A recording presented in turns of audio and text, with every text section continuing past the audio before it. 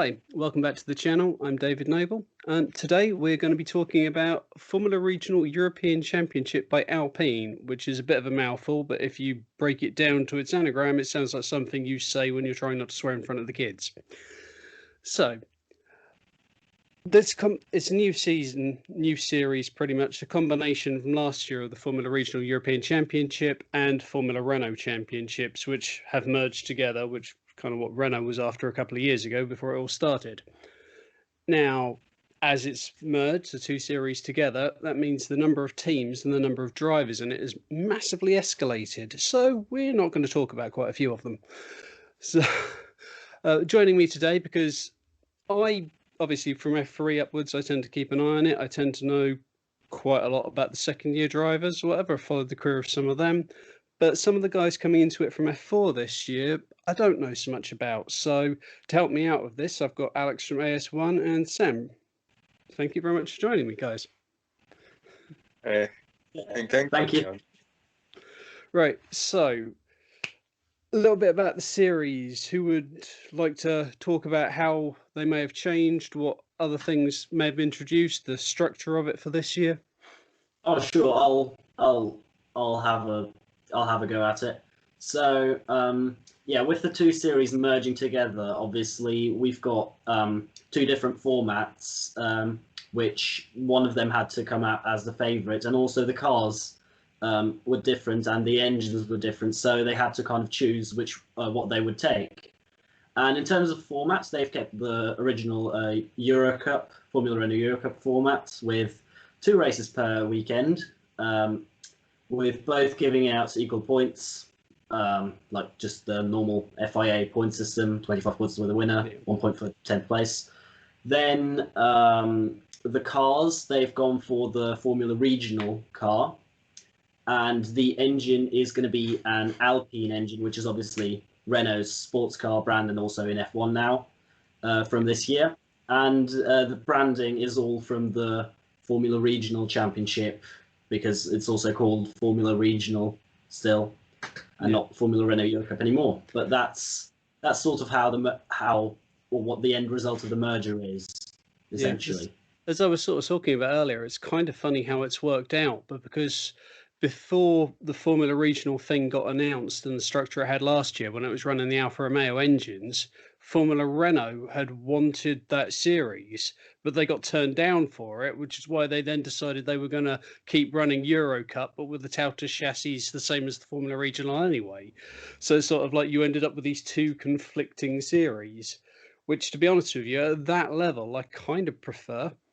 So you've got that more pyramid structure thing going up. Because now, as we've said, you've now got the one series, which is a super series, but there's like 12 teams and 32 drivers in it. And my feel on that is always, as we've seen with Formula 3, if you're in like the space from like 12th to about 25th, you can very quickly get invisible. What do you guys feel? Yeah, there's, as you said, like the pyramids format is a lot better because there's a lot more opportunities. Like there is Euro Formula, but that's a step down from these. It's still a good series, but not quite on par with these. So having the two series that are very competitive and there's quite an easy pathway into further series, it was a great opportunity, and both had their pros and cons, but had them run side by side, there was a lot more opportunity for these drivers to show themselves. But as you said, a lot with these bigger series, it's quite easy to get lost. So. Yeah, it's interesting with Euro Formula Open, because although the cars aren't as powerful, because the F320 chassis have got a lot more downforce. So it's sort of like they're not as fast on the straights, but they're quicker around the corners. The fun one will be seeing how Zane Maloney does, of course, when we get to him, because he's come over from Euro Formula Open last season. Right. Now, as I said, we're going to get rid of some of these quite quickly, because otherwise we'd be talking about 32 drivers and we'd still be here until about 10 o'clock in the morning. And at some point we all need to go to bed. So what I have said as people we will not talk about too much is G4 Racing, DR Formula FA Racing, which is Fernando Alonso's outfit, of course, which is kind of interesting. JD Motorsport, unfortunately, please forgive me, JD Motorsport, but I just don't really. Yeah, you had a good year last year, fair play, but not convinced this year yet. And Monolith Motorsport, and basically, you look at the driver lists of the other teams, and 2 out of the 3 in their teams are pretty good as a rule, or have been championship winners, runners up, front runners. If you look at them 5 teams, not so much, I think. Yeah, a lot of the teams, with it being the first year, I think it's kind of more of a learning experience for all of these teams. Kind of just get in whoever's paying, and then you can kind of feel out how the competition is, and hopefully more of these teams, like some of the more competitive ones, FA and JD, will step up in the next year or two. Yeah, it's like FA, and I think their lineup has potential to get some point scoring positions and stuff, but they're never going to be in danger of winning the title. I don't think they just don't. They've never really threatened it in recent years. Since they've come in. I mean, they've had one driver who's regularly been sort of fighting towards the front, and he was basically the guy sort of almost driver coaching the other 2. Back in 2018, 2019, 20, yeah. So I don't think they've grown and become the team we thought they might turn into. So, yeah, I mean, it's got a lot to do with budget as well, because obviously the teams we're going to get onto in a bit, they're huge institutions of racing in the feeder series. Oh yeah, well known, quite relatively historically successful, and have got loads of money behind them, and so they're obviously going to attract the best drivers. Yeah, I mean, by my reading, Arden are probably the least senior of that lot, and for us to be able to say that says a lot about the caliber of the other teams. That's true. But so I don't know. Do you want to start off talking about like the teams we have remaining there, or shall we crack on with the drivers and sort of talk about the teams as we're going along? I'd say we can go with the drivers, and then as we go through the lineups, we can start talking about the teams a bit. Just mix it with. Yeah, so I've picked some drivers who I think would be worth looking at and talking about, but I haven't got them in any particular order. So should we all suggest one each and talk about that driver? So who wants to go first? Sure, I'll go first with a Van Amersfoort driver, and it is the rookie Francesco Pizzi from Italy. Ah. Yeah, runner-up in Italian F4 from what I can work out. That is correct, and also the winner of the F4 UAE Championship earlier last year, back when, well, the pandemic didn't. Yeah, back when the world was normal. Yeah. So yeah, Pizzi obviously got loads of potential. Finished second in a very competitive field in Italian F4 last season, and now with Van Amersfoort Racing, he'll have plenty of opportunities. Only one teammate as well, so and that is Lorenzo Fluxa, who, whilst he's decent, but he hasn't got any standout results behind him. So I pretty much I'm certain that Van Amersfoort will try to back Pizzi for the good positions, and I think he could have some good some podiums, maybe 1 or 2 wins. And for him, it's important as a rookie to get used to these bigger, faster cars and like to get fighting towards the front.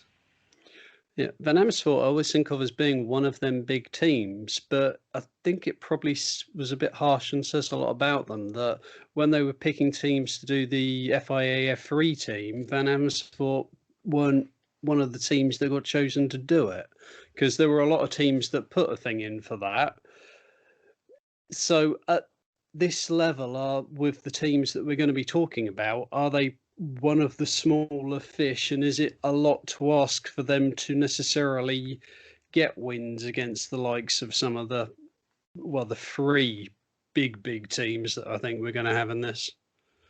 They've never had the most success at F3 level. I think they competed in Euro F3, and they did a few results when they were the top team. As far as I can remember, I don't think they've won an F3 or like a Formula 3 title in any series. So not that I can think of, but so when I first heard of them was when they were having like guys like obviously Max Verstappen and Charles Leclerc driving for them. So they can attract proper talent, and obviously have here with Busy. So, and there's certainly times in Formula Regional where they were one of the few teams that could sometimes take it to the giant of F3, which obviously we're going to end up probably waxing lyrical about at some point, Prema. But it's being able to consistently do it. That's the key thing. And they're going to have better weekends. They're going to have worse weekends. I don't think they're going to challenge for a title, but yeah, they expecting good points and podiums. Certainly, I'd have thought.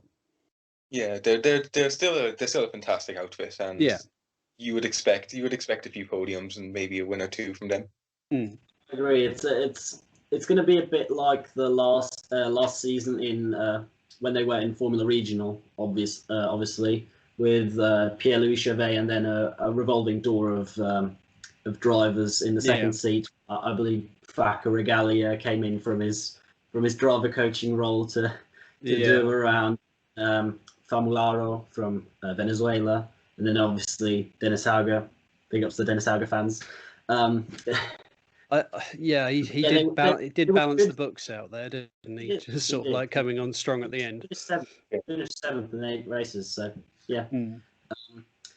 But yeah, they were good when they were good. They were absolutely brilliant, like in Catalonia when they got a win with Chauvet, and pretty much I think all of the races they finished on the podium, even with both of their drivers.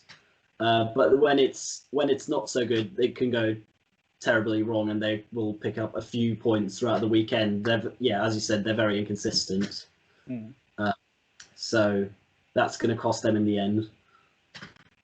Yeah. Okay, Sam, who would be your one you'd want to run with first out of the blocks? Well, in no particular order, so no pressure. I'll admit this guy isn't the biggest name, and probably won't be fighting at the very top. But Elias Stepanen is someone I quite like.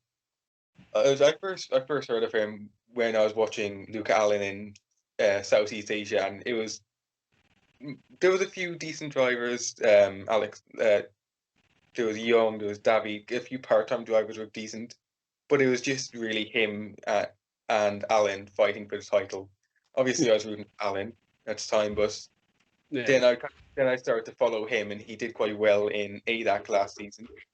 He finished third overall, just behind the two Red Bull drivers of Crawford and Edgar, who are obviously some of the best upcoming title drivers. So him finishing third and getting a win and a few podiums was really impressive. And I think with KIC, who are quite good in Formula Renault, I think he could be on for quite a dark horse season of a few podiums and maybe top 5, around that area. Yeah, I can see. Let's say, I mean, he is on my list solely because when I showed you guys some of the drivers I was thinking about talking about, you were like, "What about him? He's good." So I had a complete blind spot to ADAC for some reason when I was looking at it all. But yeah, no, he certainly sounds like it could be interesting. I mean, KIC are another team a bit like Van Amersfoort, where they might just get outgunned on budget to a certain extent compared to some of the others. But it will be interesting to certainly see what they can do. So yeah, right. Looking at some of the other drivers I've got on the list. Alex Quinn from Arden. Yeah, Alex Quinn. I weirdly enough, not because he's got the same first name as me, not at all, but I quite like him. Yeah, he was a late addition to the Formula Renault grid last season when Tommy Smith, who now will race, fortunately will race for JD Motorsports. But yeah, the Aussie couldn't compete due to JD. travel. Yeah, I've just binned them off completely, you know. Yeah, so yeah. We're talking about them anyway. Yeah, so Quinn got drafted in as a late replacement. He had experience in British F4, then some experience in Formula Renault from 2018, and also GT in Britain. Yeah. Never really stood out as any kind of great talent. Like, he was decent, but what we saw in 2020 was really surprising. He finished fourth in the championship, obviously, with one win, I believe, at Spa.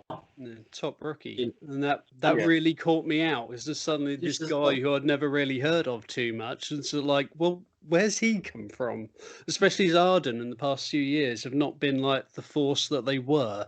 So for him just to sort of grab results, I was not expecting it. It was fantastic. It was fantastic. I do remember. I remember first hearing of him in British F4. I wasn't really watching it that much at that time, but I kind of kept a small eye on it because it was one of the ones on TV. And he finished fourth behind Jamie Caroline, who's a fantastic driver, and then Piastri and Sargent, who are a lot of people know. Yeah, so he was kind of just below that tier and didn't really take much notice then because I wasn't a huge fan. But yeah, that's kind of when I first saw him. There's no shame in finishing behind them three, if we're going to be honest. Yeah. So, right. Who have we got next then? Alex, it's your turn. Sure. I think let's talk about. Actually, let's talk about a driver that Sam really likes. It is another Finn, and it is William Alatalo. Yeah, to be honest, I don't know too much about him, which is a bit of a shame because he is a fast driver. But yeah, he finished 8th in the Formula Renault Championship last year as a rookie as well.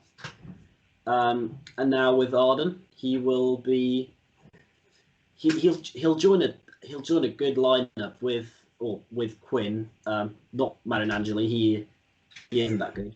Yeah, he's on my bin list. But yeah, I mean, he'll have it tough against Quinn this year. But I believe it's going to be the battle between them in the Arden camp, and whoever comes out on top will have a good I believe we'll have a good chance of getting top 5 in the series, because they will be at the front. They've got 1 year experience, both of them, and both have shown really good pace, and it could turn into a decent season for them.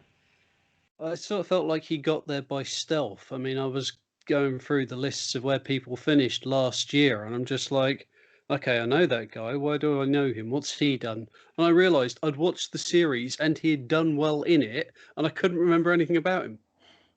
It's like, how did he finish third, the third best rookie, and was completely invisible to me the whole year? How did that happen? I mean, he's just a very consistent driver. He's got that Carlos Sainz or Carlos Sainz Jr., I should say, demeanor about him, where he's just good, very good, solid at grinding out results, but no one really sees it. Just head down, get the job done. Yeah, he wasn't outstanding, but he was very consistent in his point scoring ways. Yeah, that sounds fair. Right. So, who have we got next then, Sam? I'll get one of the big names out of the way. Gabriel Mini. Oh. One of the big names, and yeah, a lot of people should be keeping an eye on. So he came into as a rookie last season, Italian F4, just ran away with the title, won it by around 90 points in the end, and he's one of the big names to watch for the future. He has a fantastic karting record, and that doesn't always translate, but with him, you could immediately see he was one of the top drivers. Yeah. And No, that sounds absolutely fair. yeah, I mean, driving ART as well, who of course traditionally have been one of the powerhouses of, single-seater sports. So he's in a very, very good seat and coming in with a very good record. yeah. And when I was looking at him a few days ago, I saw that he did a kind of a trial day with Ferrari with Pizzi's, who's just mentioned, Dino Beganovic, who ultimately got the FGA membership, and Pepe Marti. So this was when he was in karting, so he's already on F1 teams' radars from an early age. Yeah, but I'm actually a bit surprised that he's not been picked up by an academy yet. Of course, he's being managed by, if I'm not mistaken, Nicholas Todd.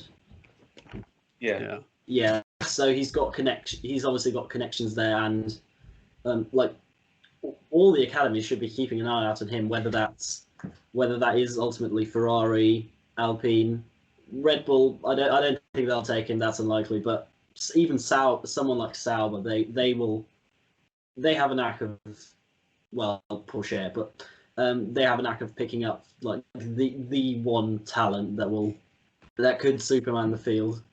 Yeah. It's definitely an interesting one, as I said.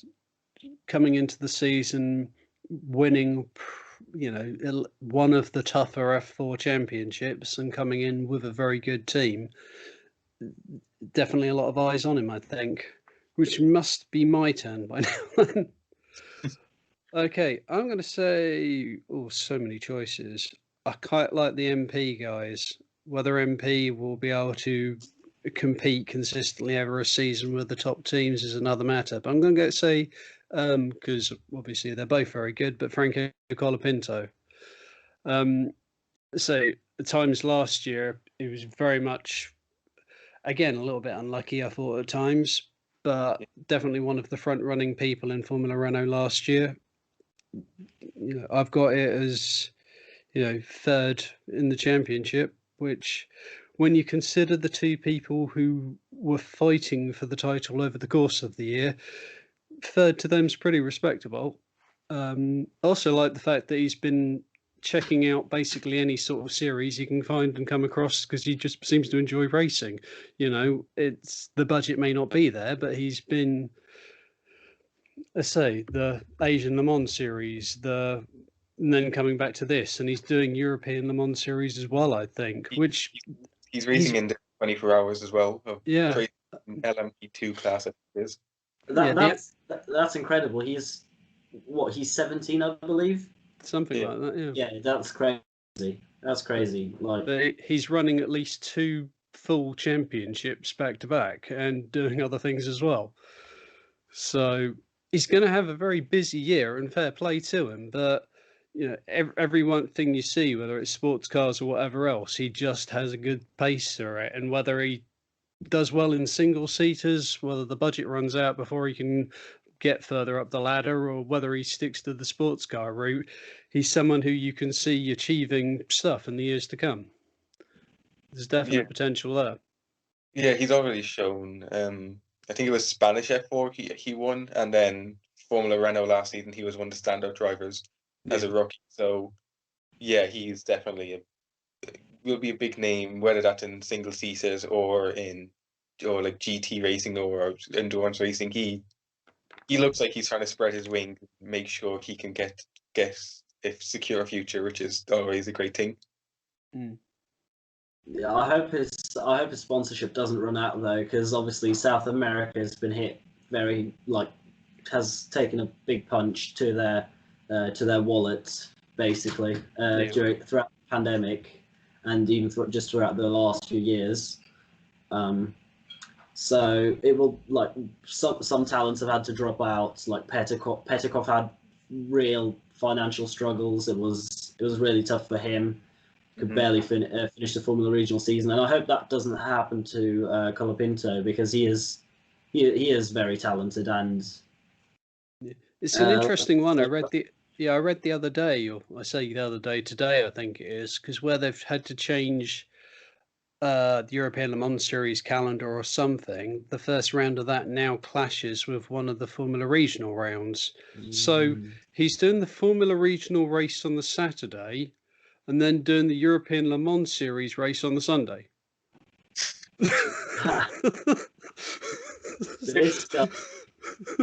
Some people do back-to-back weekends in different series, but no, he's just doing back-to-back days. So, yeah, fair play. It'd be a tough challenge to adjust again that quickly, but yes. Right, we must be moving on to someone else, I think, by now. Yeah. So, Alex.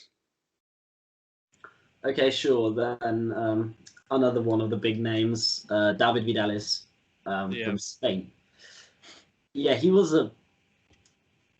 came in as not a nobody, but as someone who had not done any car racing before, or no single-seater racing at all, before he came in the second round of the Formula Renault Championship last year, and he just ran away with the first two races, won his first two car races at Imola.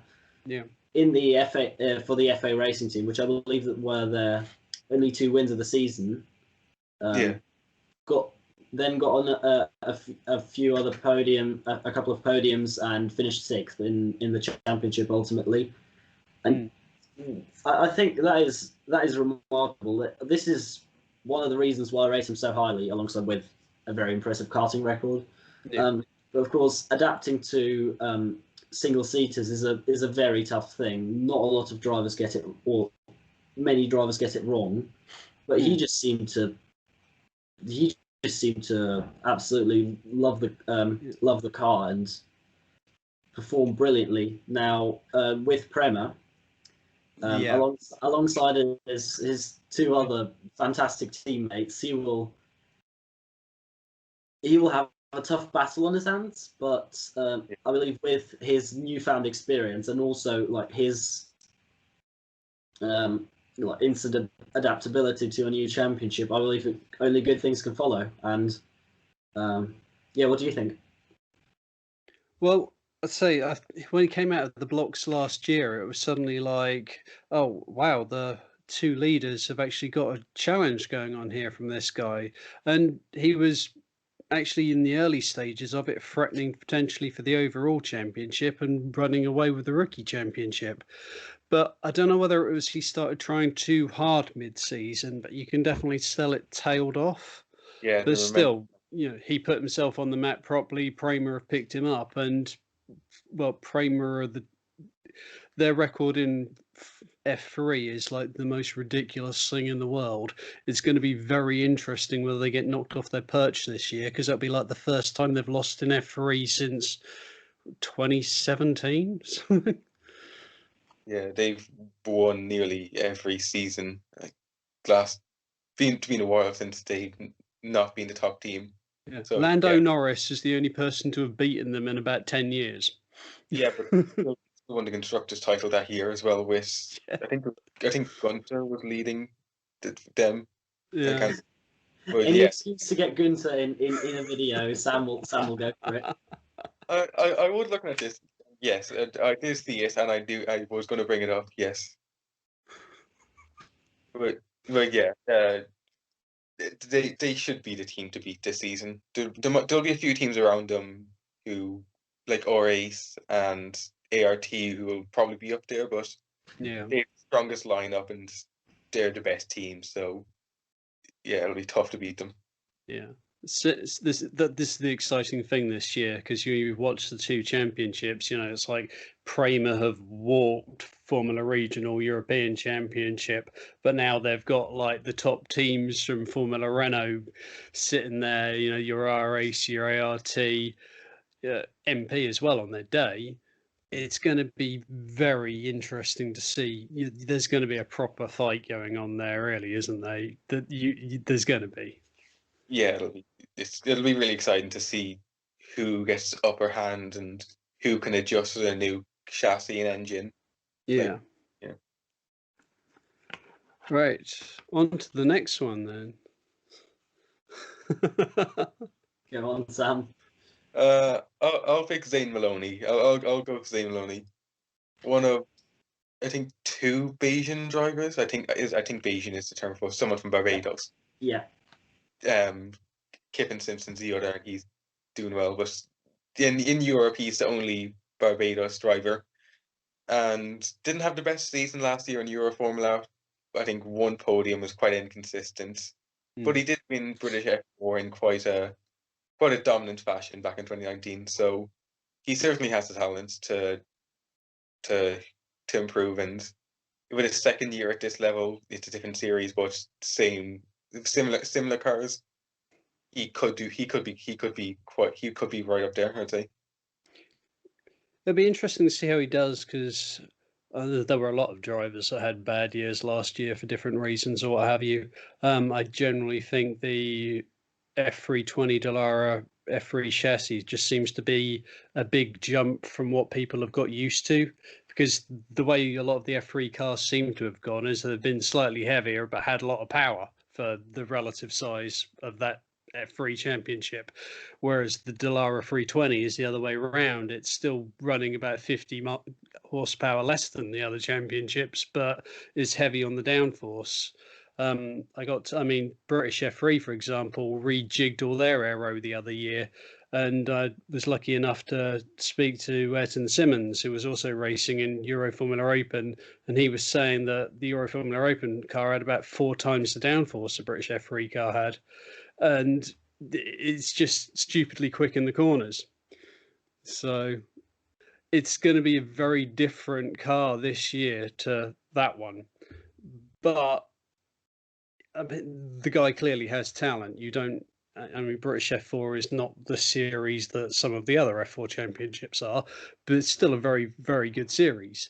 And you don't win that by accident. So he won't be the first driver who's been on a bit of a redemption year. And he won't be the only person in the field who'll be hoping for a bit of a redemption year either. So it's definitely going to be interesting to see how he does. He's in a good place, if we're going to be honest, that team. So yeah, our race have got two other great talent, like really good talents. Yeah, the French team with two French drivers actually. Shock. But yeah, I believe it's kind of a make or break year for Maloney. Of course, in terms of adaptability, it could go either way. Obviously he will have learned will have tried to learn the Euro Formula car throughout the year last year, and now he has to learn a completely different package. So he could pick up where he left off in British F4, or he could just be like a midfielder this year. So it's going to be intriguing to find out where he will be on the field against both his teammates and also in terms of the broad white picture. Yeah. So there were certainly a lot of races last year where he had decent pace, but it was consistency. It was sort of like, Zay Maloney coming quickly through the field and he's off the track on that angle, or someone's collided with him, or he's collided with someone else. And there were so many races where he looked like he could do well, and for some reason it just unraveled. So if he can get better consistency this year, he should be up there, but it is a stronger field, let's be honest. It's a lot stronger field. Bit of a step up from Euro Formula. In terms of driver quality, certainly. Yeah. So he's also classed as a rookie, which I find quite intriguing. Yeah, that's very odd. Yeah. Right. Yeah, he'll be looking at a rookie championship definitely as probably the main goal, but obviously he'll go in for the main one as well. But obviously it'll be a case of just trying to do as well as he can. I've lost track of which person we're up to now. Whose turn is it? It is your turn, I think. It is my turn. All right, okay. Right, I'm going to say Dino Beganovic. Now, what I found very interesting was, obviously he's come in from F4 Italy. He's done reasonably well in the championship. For a Ferrari junior, he's not perhaps had the season you thought he might do. So I was very interested to see how he was going to do in like the Asian F3 championship when he was in that. And running your teammate, much more experienced teammate, very close to podiums and stuff at when the first half of that season he was competing in. Bearing in mind, we're talking basically the same car as he's going to be in for this championship and the same team, effectively. That's very encouraging. And it's suddenly like Dino's gone from maybe being a bit of an also-ran to actually, he's in with a good shout of podiums and points. I don't think he'll win the championship just because it's pretty stacked at that end. But you can't rule him out for good results, that's for sure. Yeah, I watched quite a bit of Italian F4 last season, and on his day he was the best driver in the field. He kind of went away with a few races, but then sometimes he was also back in and battling for 12th place. He's very inconsistent, but if he can put it all together, and he's with the best team, he knows the team. So I think he definitely could be fighting at the top, but I'm not sure he will. Yeah, his main goal should be the rookie championship as well. But obviously his two teammates are more experienced in that field than him. Although he has now raced in Asian F3 for half the season, so that will obviously help. But he will be a step behind his two rivals, David Vidales, main rivals, Vidales and the other driver we're going to talk about soon. I mean, with being with Prema and having the backing of Ferrari, I'm sure he's under quite a bit of pressure to perform well. Like he came third last season; it was very, very, very good. But I think he kind of needs to perform and do really well this season. So he's decent, but is he championship winning future F1 decent? We'll find out, I guess. Pretty much, yeah. So, who have we got next then? I believe. That is it. Sorry, losing track. That's all right. Yeah. Let's complete the roster of Prema drivers. I'll go for Paul Aron. The Mercedes Junior last year wasn't great. He's also on a bit of a redemption year, kind of thing. Well, he was with ART and finished 11th in the championship in Formula Renault. He said in a podcast that he couldn't really adapt. In a recent podcast from Formula Scout, he said that he couldn't really gel with ART because due to COVID he couldn't engage as much with them with his team and couldn't kind of learn it. Also, the language was a bit of a problem because he doesn't speak any French, and they speak a lot of French in the factory. Let's be honest, that's not a problem he's going to have at Prema communicating with their team boss, is it? Let's be honest. That's true. That's true. And with his brother in a high up role, I'm sure he'll know. Yeah, exactly. He knows Prema. He finished third in the Italian F4 Championship that Dennis won in 2019 as a rookie. So any excuse to mention Dennis. He's progressed onwards now, you know. It's not in Formula Regional anymore.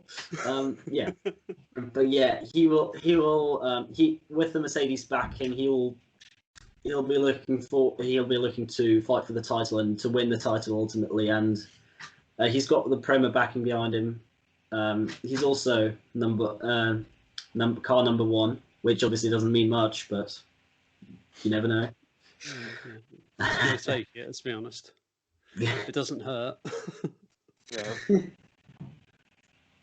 Piastri last year. Well, yeah. But yeah, he's a very talented kid, and he knows Prema well. He gets on with the team. He's got his brother as well, his boss basically. So I'm sure they'll be fine. Sure.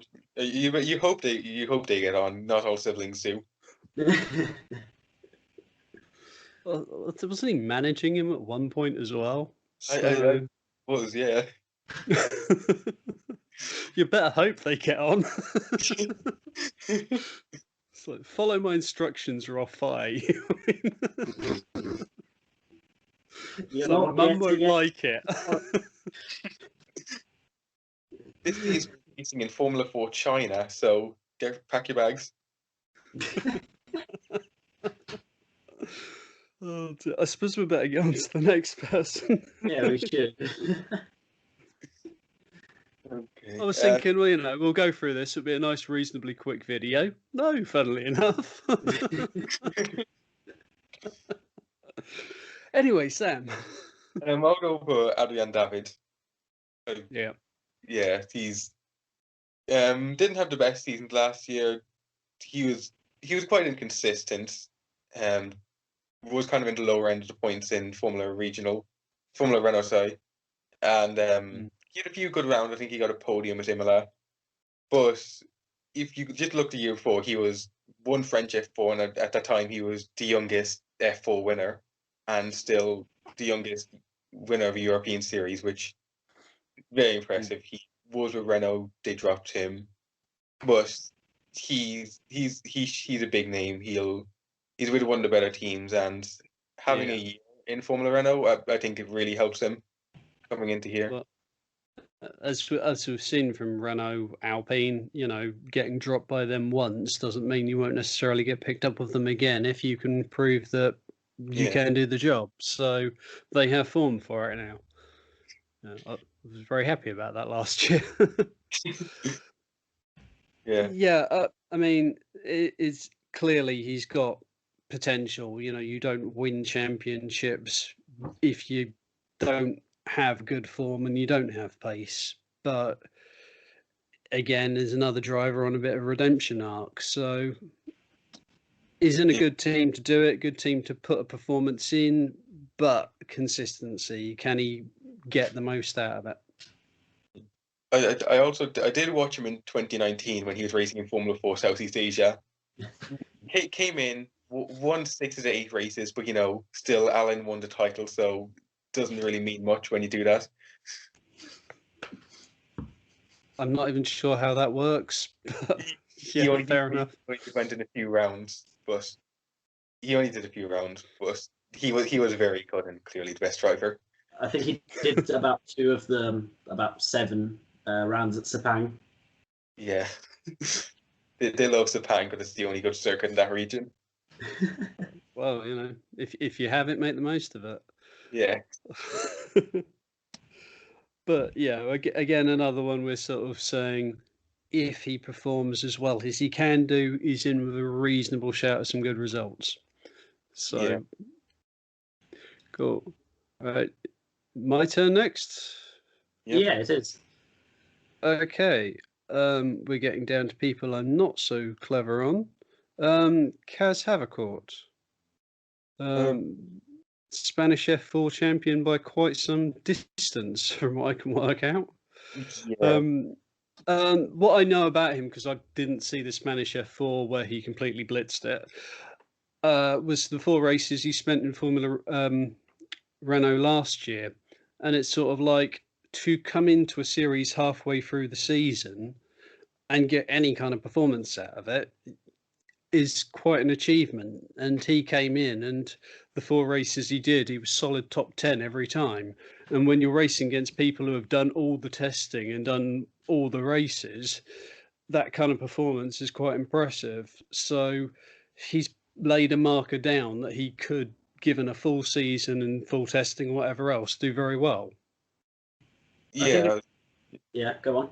So I was going to say, the other day when you mentioned this video, Havercourt was one of the first names that kind of came to mind. So the Spanish F4 Championship posted like a around 10-minute recap of all the rounds. So I just kind of watched all of them, and it was just always him on top and always in the podium, always on the fast lap. And when he didn't win, he was taken out or something.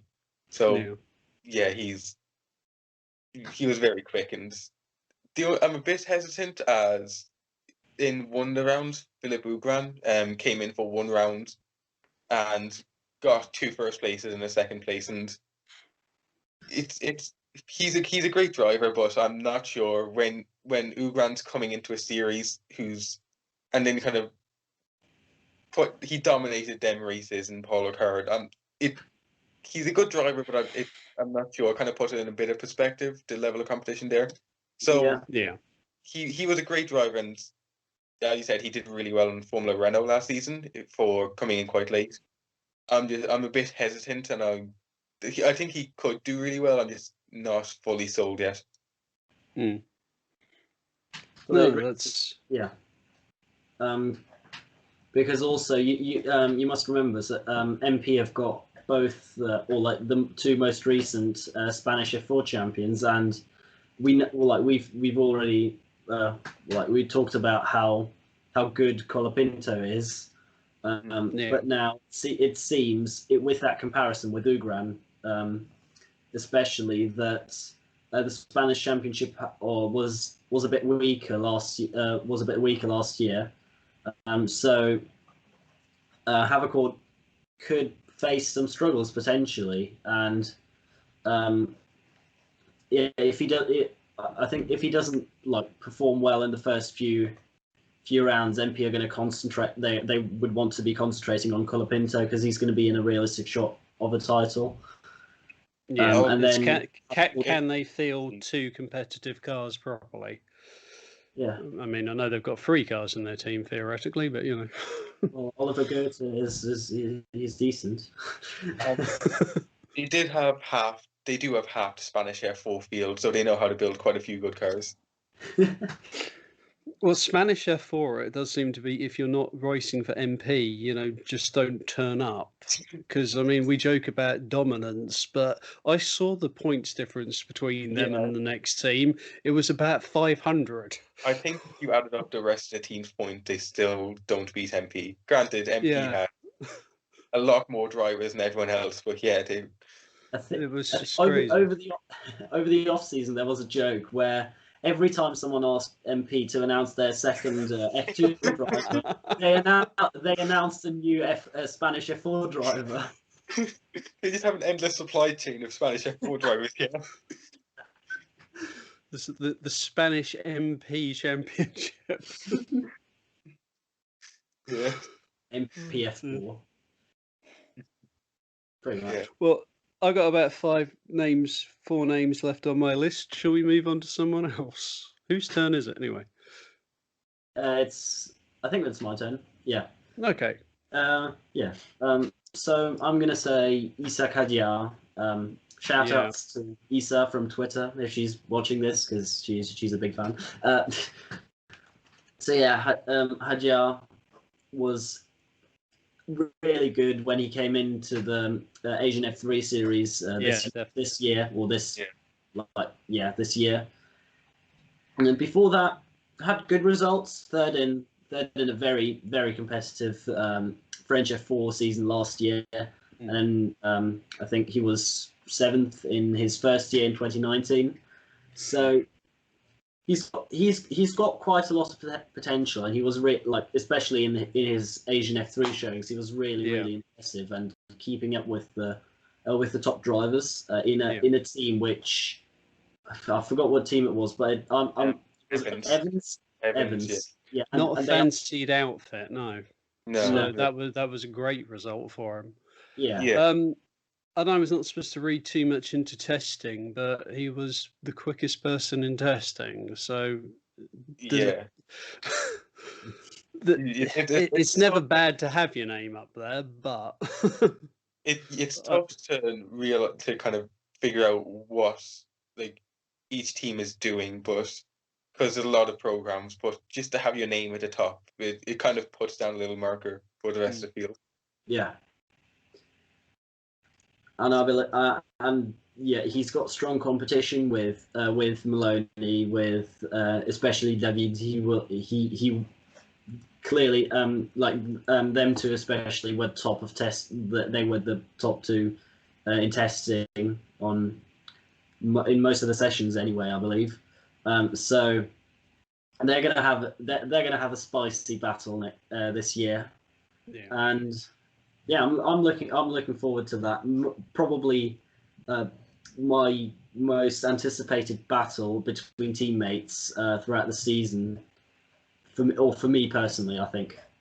Yeah, and or race. I'd say they'll be one of the main challengers to Prema, but presumably Prema will be top. But I would say Race are in a good position to be second or third. And yeah, if they do that, Isaac has a great chance of getting a couple of podiums under his belt. Yeah. And it's looking very much like what we kind of predicted it probably would be as soon as we sort of saw what teams were going to be competing in this. You know, it's like, will anyone beat Prema, ART, and RACE have a good shot? But But it's still Prema. Yeah. It's Yeah. still Prema. So Well, it's big teams attracting the best drivers, so yeah. Yeah, if you have the budget, you can get the best engineers, you can get the best together teams. So you're going to do it. Let's be honest. You can get the best tea lady. You can get the best cafeteria cleaner. Best stickers in the cafeteria. Best shiny race bays. Yeah. Extra sets of tires at testing. Anyway, before we get completely carried away, Okay. Sam, have you got? We only have a few names left, so it's Yeah. slim pickings. But I think there's still quite a few decent drivers left. Yeah. I'll talk about Thomas Ten Hag. I believe I'm pronouncing that correctly. No one's correcting me, so I think that I'll say that's right. He's from Spanish F4, if I'm right on this. So I don't know. Basically, is how it goes now. Yeah. So Brinker, yeah. I think he got one win at the end, but it was his first season in racing, and if you look at his karting CV, there's very little you can do better than he did. He won the karting championships. I think he did really well in the European Championship. So he's a big name in karting. Then he kind of stepped up with MP. Few podiums, a win. I think he came third overall. He stepped in mid-season as well. Yeah, he joined. I think in round 3 as well. So he's not the biggest name, but I think he's starting with ART this season, and so they're a good outfit. Is it? Yeah, ART. They're a good outfit, and they can kind of help him learn and help him adapt to the new cars. And I think maybe not this year, but I think next year he could be up at the sharp end.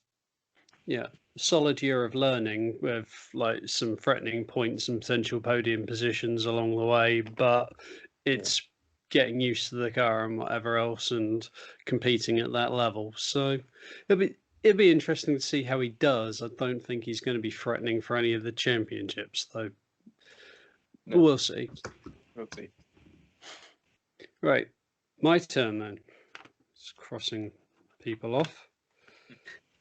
Crossing other people off. I've literally got 2 names left on my list.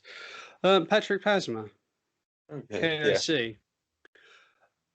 Certainly, very weird season last year, I thought, because he was sort of like looking like he was going to be 4th for most of the year, and 5th for most of the year. Not quite on the same level as the Premas.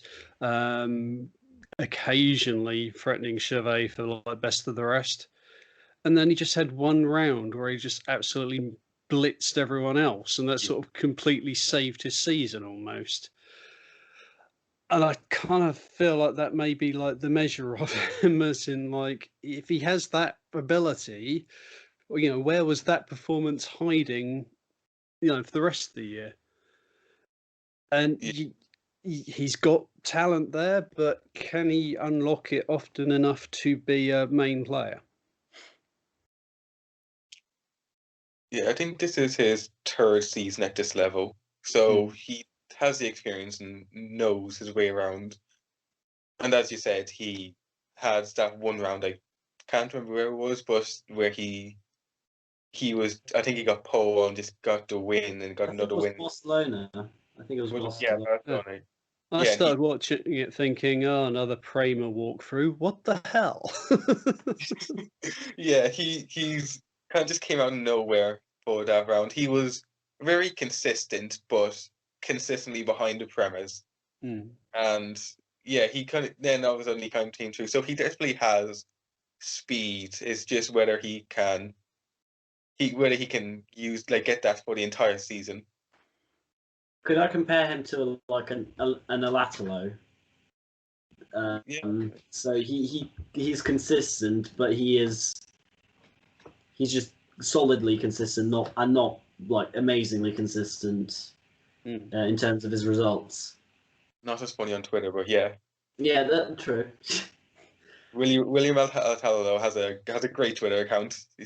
You should follow. I remember one of his tweets I found hilarious. It was about F1, and it was when Lewis Hamilton just won. I think it was one race Lewis Hamilton won, and it was, why do I keep betting on Bottas? That's another tire set gone for this weekend. And he just called him jokes about it, a lot of stuff, and yeah, he's funny. Yeah. I shall have to have a look for him then. Add that to the Twitter list. That's it.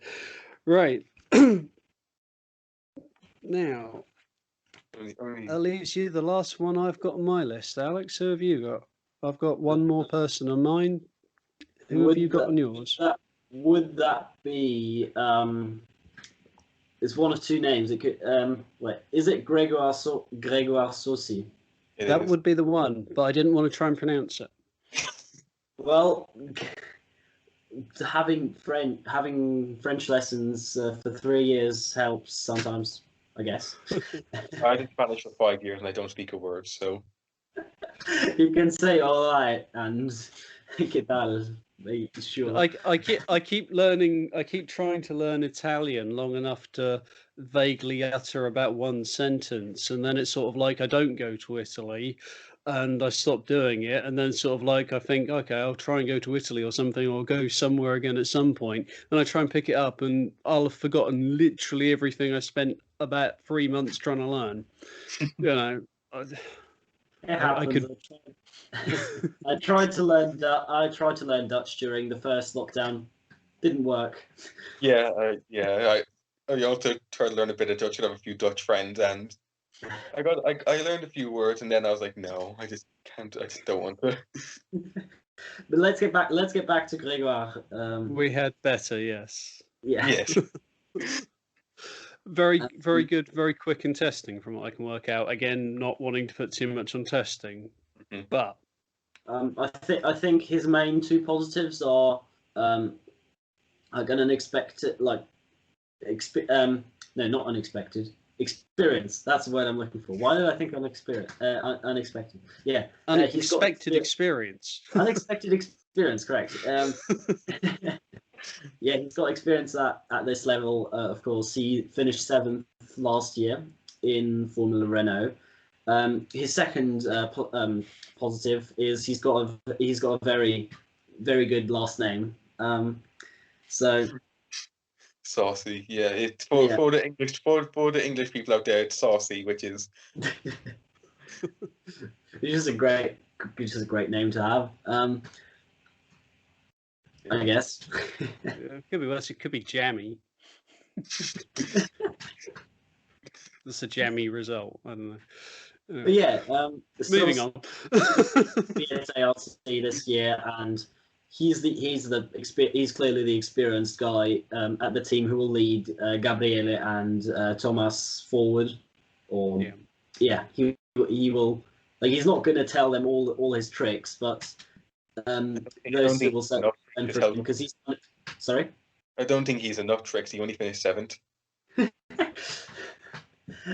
But yeah, that extra year's experience though could be telling.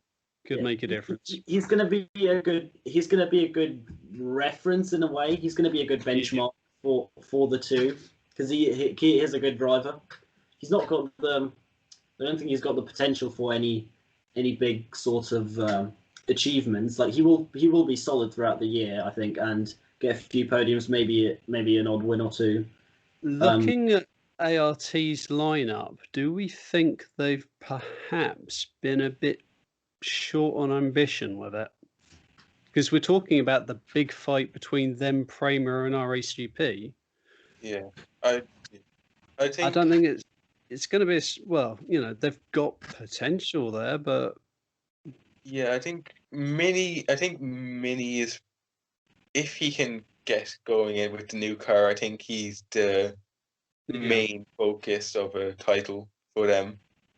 And if they can, I think Thomas is more of a, if they can get him on a multi-year.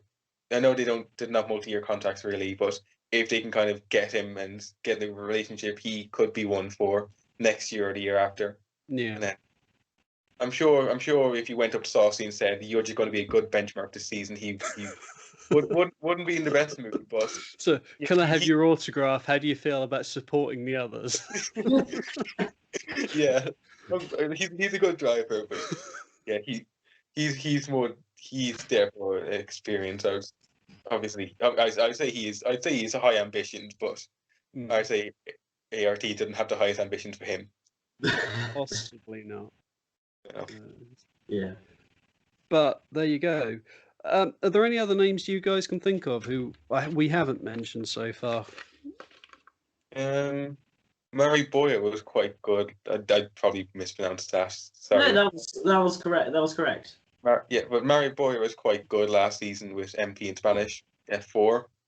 I think the people coming from Spanish F4 is not the greatest championship. They probably could have went to Italian or ADAC, but it's a good stepping up zone. And if FA Racing can do well, he will probably be the top driver there. He could be in for a decent season. Okay. Well, failing everything else, if going on FA Racing previously, he'll have a cool livery. Yeah. And that's all that matters, I would say. I shouldn't laugh too much about it because my son has actually got a wheel from an FA racing car, so it got a bit damaged and battered in a race, and I was like talking him through and looking at stuff with him because he's got no interest at all. But I keep having this idea that if I keep going on at him enough about race cars, he might actually pay attention to it at some point. And the mechanic saw me like talking to Ethan about so this is what they're doing now, whatever. And he was sort of like, "There's a damaged wheel over there. Do you want it?" Of course, the fact we were walking around part of a floor off what might have been a JD Motorsport one as well. It's like not me picking up damaged car parts. It's something. Yeah. I was going to suggest one further name. He's probably he's not going to be in any title battles, but he could be in with for a decent result or two. It would be Gabriele Bortoleto. Why did I pronounce that as an Italian name? He's Brazilian. But yeah, he finished 5th in his only season of Italian F4 last year with Prema, which is good. He wasn't particularly special, but he was quite consistent in his point scoring and with a few podiums and wins sprinkled in as well. So he'll be the only hope for DR Motorsport.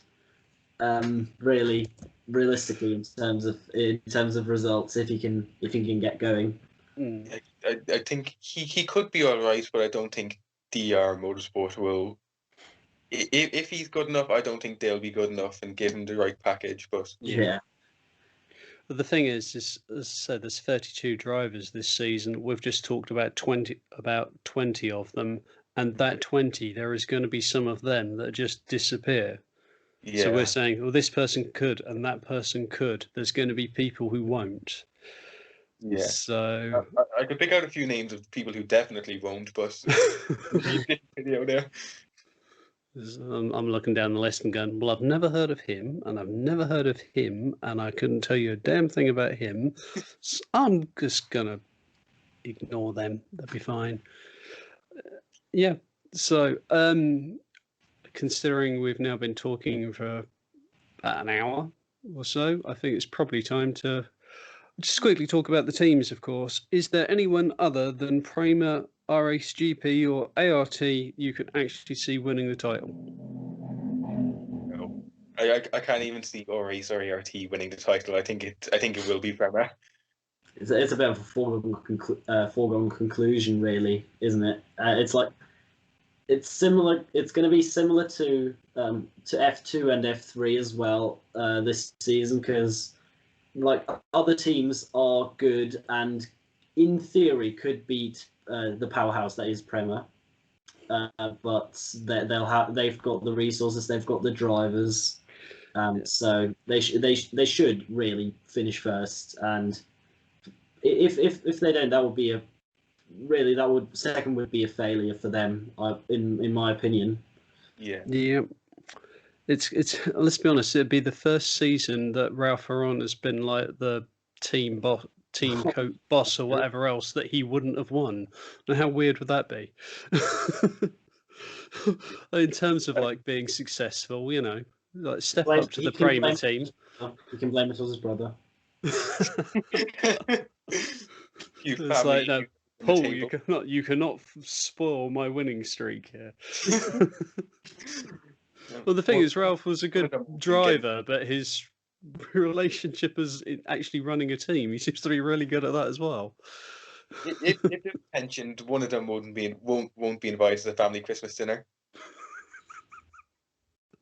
Yeah, that would be a tricky meal, wouldn't it? Oh dear. Right. Well, thank you all for coming. Sam, you don't currently have any content on YouTube, although you vaguely suggested it at some point. Alex, do you want to talk about your channel for a bit? And obviously, the pair of you can both be found on Twitter. Yeah.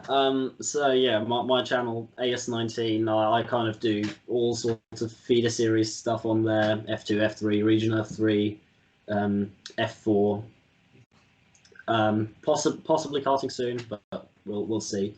But yeah, I just upload whenever I want, kind of. There's no upload schedule, but I've got weekend reviews, driver reviews, then a couple of other weird videos, with the latest one being an April Fool's Mahavir Raghunathan video, which I actually did with Sam. So Sam is the brain behind not always, but he's quite often the brain behind some of the ideas that are turned into videos. Well, I know you two are a good team, so yeah. When we were vaguely talking about this idea, and I was vaguely thinking, okay, who could I get on to talk about drivers, just to add another dynamic or fill in my gaps and whatever else, who were good people to talk to about it, and you two jumped to the top of the list for me. So, thank you for coming on the channel. Thank you for having me. Right. Good having me as well. Obviously, I'll leave a link, providing I ever get them to work properly, to Alex's channel at the end of the video or in the comments description. But thank you to the people at home for watching. Hope everyone takes care. Hope people have enjoyed it, and see you later. Bye bye for now. Right, just for a laugh, because I know this was a thing on Twitter a few days ago. Bear with me. Well, what do you think will happen now? Anything, I don't know.